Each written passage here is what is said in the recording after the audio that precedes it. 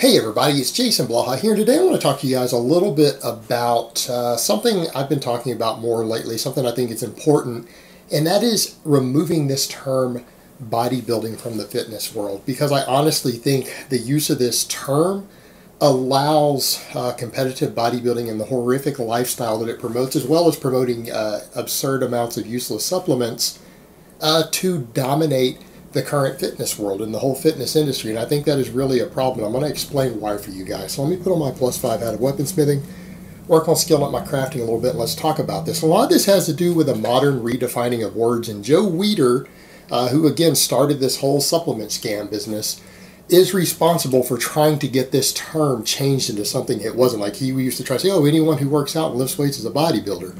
But that's not the reality. For example, when I took my first weightlifting class at college, okay, I took a basic weightlifting class, and they broke down these terms for us out of a textbook, and we were tested on it. And they actually had bodybuilding, weightlifting, powerlifting as terms in the textbook, and we were actually tested on it.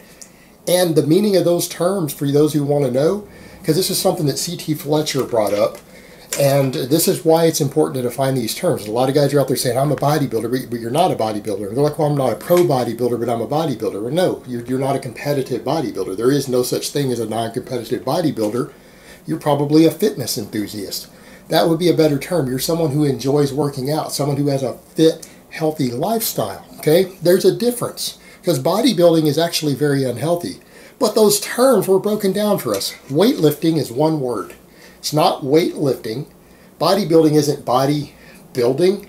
Powerlifting isn't powerlifting. These are single words, and they have an actual meaning in the English language. They don't mean to lift weights for weightlifting.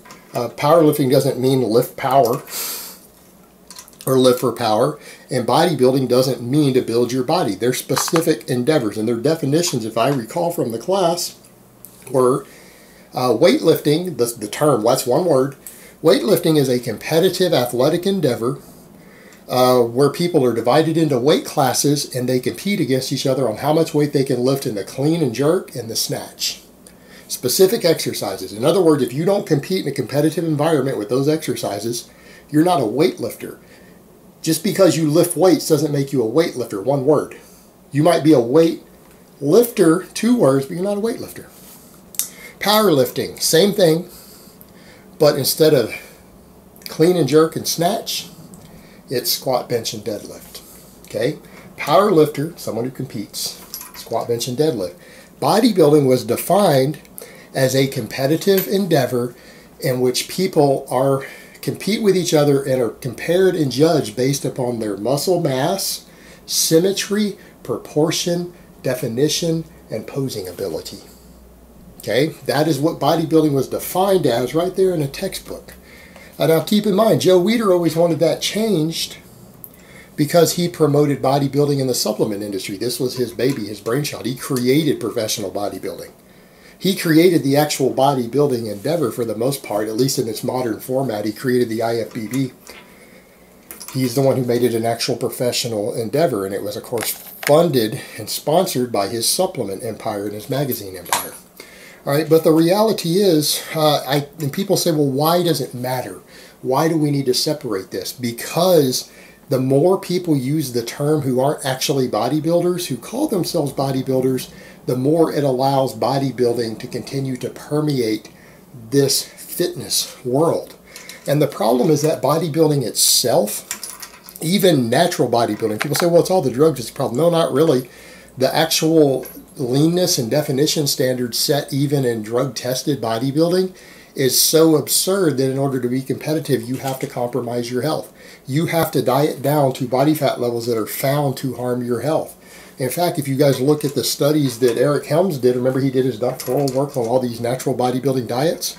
All these drug-tested bodybuilders who he used his research on, when they pulled their blood work, as they started getting closer to contest time because they were so emaciated, and being ripped is being emaciated. That is emaciation. It is starvation. And people say, well, no, if you kept your calories high, it's not starvation. Yeah, it is, because you've dieted off all your body fat. Even that's like saying if a person who's an anorexic chooses to be an exercise anorexic, and chooses to exercise for 8 hours a day, and they still get down to anorexic levels and they look anorexic, it's like saying they're not anorexic because they used extreme amounts of exercise instead of extreme caloric restriction to get there. They still have the negative health effects. Even male bodybuilders who diet down that lean are promoting male anorexia. They're promoting it, trying to pretend it's through a fit and healthy lifestyle, but it's still anorexia. You're still going to suffer the health problems an anorexic suffers, the organ problems, the hormonal problems. And if you saw the blood work on these guys, things like their testosterone levels had dropped to what you would expect from a 70-year-old man. Now, I want anyone to tell me who's concerned with fitness and health, and yes, I understand using anabolics and everything causes this too. I'm aware of that. But I also differentiate and explain that abusing anabolics isn't healthy either. Just like I tell you guys also, you know, I've been a competitive powerlifter. I'm not competing in powerlifting anymore, and I'm not trying to associate competitive powerlifting with health and fitness. And I want people to understand that difference. Yes, there will always be a powerlifting component to my channel, but I also am aware that serious powerlifting can be detrimental to your health and fitness as well. It's not necessarily the most fit or healthy lifestyle. Maybe better than some lifestyles, but it shouldn't be your pinnacle of fitness either. The problem is that this bodybuilding has been promoted as if it's the pinnacle of fitness, and that it's desirable for guys to reach unobtainable body fat levels that they can't sustain. And if they do sustain it, it takes a toll on their body that usually requires drugs and everything else to sustain it. Even if they got their natural, staying there natural and keeping your muscle mass becomes exceedingly difficult. But we know that dieting down to the levels bodybuilders do can not only harm your health, harm your hormone profile, can damage your organs, all sorts of problems. You can suffer from it through, you know, even malnutrition. But that it in and of itself harms you psychologically. It can hurt your psyche. And there are people out there, and I took it down because he asked me 2 years later. You guys remember there was a young man I interviewed who later, because of his career, he did come to me, did volunteer to be interviewed and discuss the eating disorders he developed after he competed. He developed a full-blown eating disorder after competing in his first natural bodybuilding show. I took it down at his request because he didn't want it to harm his future employment and other things, with him admitting he had developed an eating disorder from bodybuilding. But a lot of you remember the video. And I took that down at his request, and because I thought it was a reasonable request. And people would say, well, you didn't have to. He volunteered for that. Yeah, but, you know, there's a certain amount of respect that you show to people who've come to you for help and come to you and who've never turned on you or been a dick to you in any way. And he's never has been. Yeah, I respectfully honored his request and took it down. But, you know, he broke that down, and that was a perfect example of going and getting involved in this bodybuilding thing. Someone who seemed to be doing okay otherwise, maybe had their stuff together. He reached a point to where even 6 months after his show, he would have anxiety trying to decide if he should weigh the carbs in his Splenda that he was putting in his coffee. Should he count? There's a gram of carbs in that packet of Splenda. Do I need to count it? And it was an actual serious problem for him. I mean, that's how bad things have gotten, to where he had to meticulously track everything. And that's kind of the point. And it's not the case of people saying, oh, it's because you're not ripped, Jason, that you're hating on it. I'm not hating on it because of that. I'm telling you guys, it's not good for you. And the whole thing is that the whole bodybuilding world itself and everything around it lends to an environment of body dysmorphia, bigorexia, all these other problems. You know, I see so many young men who then get involved in this environment, who come in maybe with self-esteem that needs a little bit of work, and they get involved in this community and they start doing something positive. Working out and eating better is positive, okay? That is a good thing. Everybody should do that. Everyone should be exercising. Everyone should be resistance training. Everyone should kind of keep an eye on their diet and try to eat a little healthier, all right?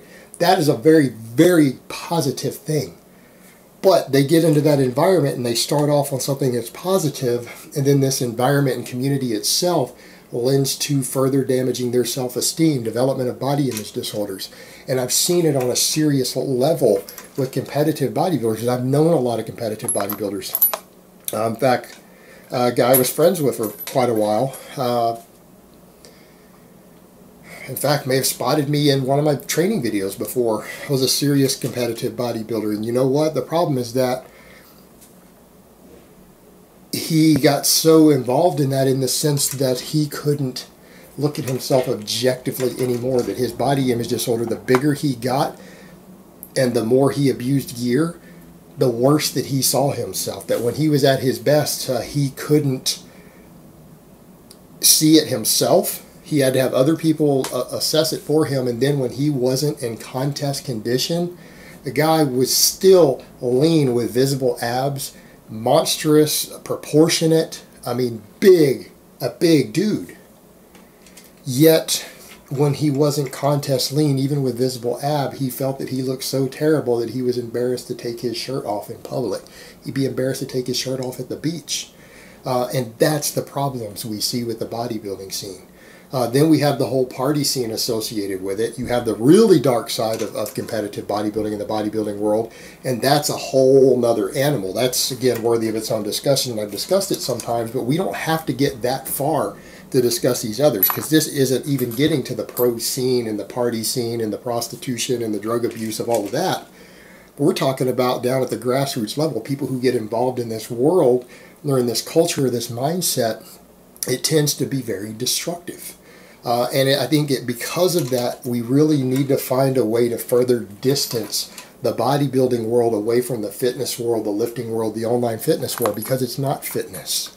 It's nothing to do with fitness. It is physically, emotionally, mentally damaging to the individual. It really is, and it becomes so very easily. And few people get through it without any of these problems, but in my experience, they're the lucky ones.